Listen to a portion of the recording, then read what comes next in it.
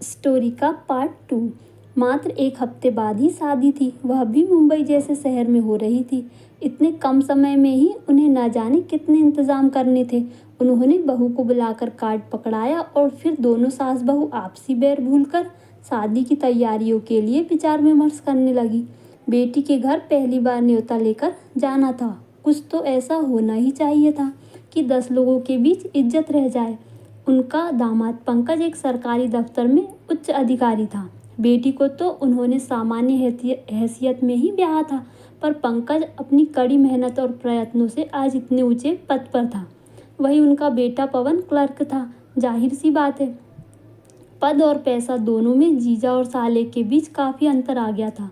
समय के साथ यही अंतर दोनों परिवारों के संबंधों के बीच भी दूरियां लाने लगा, जिससे इधर के 7-8 वर्षों में बेटी का संबंध मायके से औपचारिक बनकर रह गया था। भले ही परिस्थितियों में संबंधों ने दूरियां ला दी थी, पर खून के रिश्ते क्या इतनी आसानी से छूटते हैं? दुख सुख में सबसे पहले इन्हीं रिश्तों की याद आती है। रामायणी काकी ने अपना संदूक खोला और ज़रूरत के लिए जमा किए 20,000 रुपये और गहनों के नाम पर बचा एक सोने का चेन निकालकर बहू को पकड़ाया और अपनी पड़ोसन के साथ बाजार भेज दिया। आनन फानन में उनकी बहू सपना पड़ोसन के साथ मिलकर बड़ी होशियारी से शादी का सारा सामान खरीद लाई।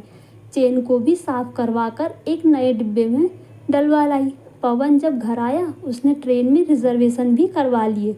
फिर क्या था, बेटी को अपने आने की सूचना भेज रामायणी काकी अपने पूरे परिवार के साथ मुंबई के लिए रवाना हो गई।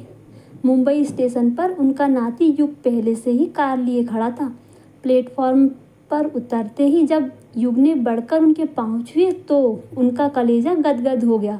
गोरा चिट्टा युग अपने कपड़ों में किसी फिल्मी हीरो से कम नहीं लग रहा था।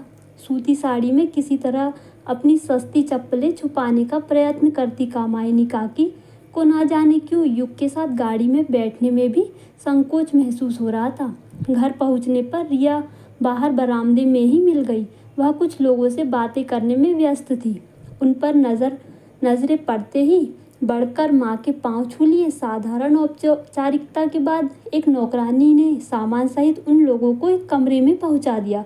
कहाँ तो रामायणी काकी सोच रही थी कि पहुंचते ही बेटी पहले की तरह आकर उनसे लिपट जाएगी, देर से आने के लिए शिकायत करेगी, खुद उनकी देखभाल में जुट जाएगी, कौन कौन से काम संभालने इसकी पूरी लिस्ट थमा देगी।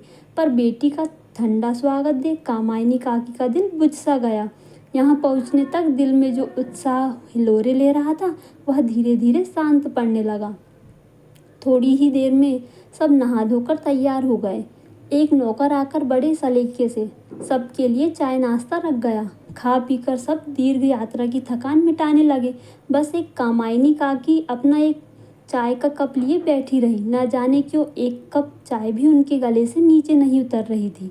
तभी वहाँ रिया आ गई। अरे माँ, अभी तक आपने एक कप चाय भी खत्म नहीं किया है। दोस्तों, इसका पार्ट 3 भी ज़रूर आएगा, आप उसे भी ज़रूर देखिए। Thank you.